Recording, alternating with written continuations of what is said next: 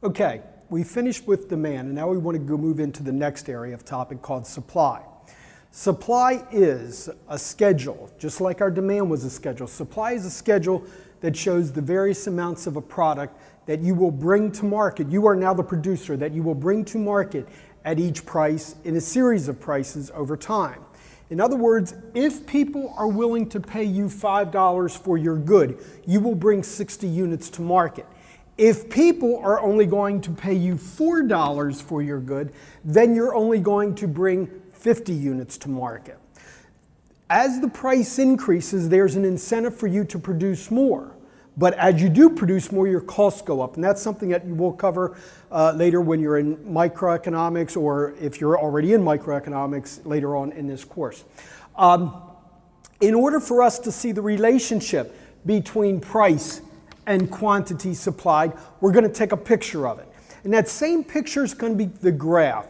And again, with the graph, I have my quantity demanded, or excuse me, my quantity supplied on my horizontal axis, and I have my price on my vertical axis. This convention must hold true. You cannot change that. If the price is $1, I will bring 5 units to market. If the price is $2, I will bring 20 units to market. If the price is $3, I will bring 35 to market. So therefore, my supply curve, unlike my demand curve, is upward sloping, meaning that it starts in Texas and ends in Maine. And therefore, it slopes upwards for what we call the law of supply. The law of supply states that there is a direct or positive relationship between price and quantity supplied. In other words, they move in tandem, they move together. If the price of a good goes up in the marketplace, then as a producer, I want to benefit from that, take advantage of that, and I want to bring more to market. So they either move together or they go down together. Unlike the law of supply, where I had 3 reasons for the downward sloping curve, the law of supply states that I only have 1 reason for the upward sloping curve. And that reason is profit. The more I can sell you at a higher price, the more profit I make. And that is what drives the producer, profit. In a market system, profit is what drives the supplier to supply more goods and services.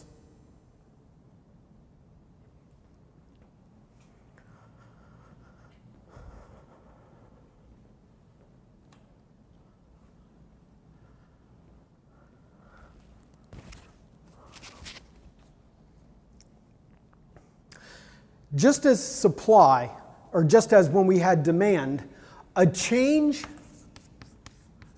in price will cause a change in my quantity supplied, Q sub S, my quantity supplied. In other words, if people are willing to pay me $2 for my good instead of $1, it is a movement along my existing supply curve. If now the price of the good that I produce goes up to $2, therefore it is a movement from this price quantity supplied combination to this price quantity supplied combination. And therefore it is simply a move from this point A, to point B, and we call this a change in quantity supplied. However, like demand, it doesn't, ceteris paribus, everything else being equal. Like demand, not everything else is equal. And therefore, there are things unrelated to price, totally unrelated to price, keeping price the same, that even though the price of the good is $5, I may decide to bring 70 to market. At $4, I may decide to bring 60, $3.35, $50, $2.35, and $1.20.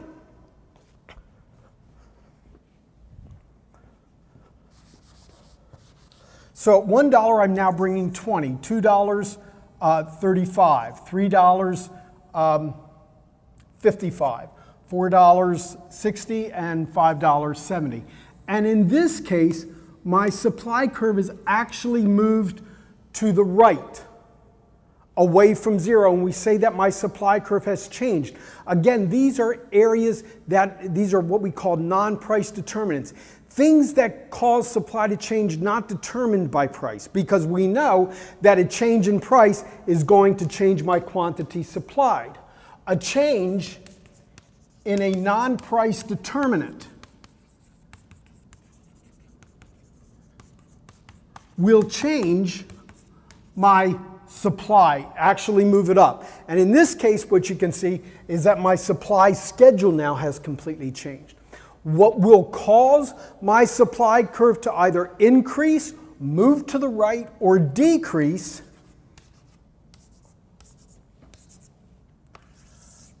we'll call this S double prime, moving it closer to zero, is a change in technology. Technology means that I can produce something more of a product at a cheaper price. And therefore, if I have a change in technology, my supply curve will go up. The number of sellers, all of a sudden there are more people out there supplying cell phones to the market. Therefore, the supply of cell phones goes up. Taxes and subsidies. A tax is a payment that you give them to produce a particular good or service. If you are taxed, your profits go down, and therefore your supply curve will move to the left. A subsidy is when the government gives you money to produce, or in some cases not to produce a particular good. And if that in fact happens, a subsidy, you would increase your supply of the particular good. Change in resource pricing.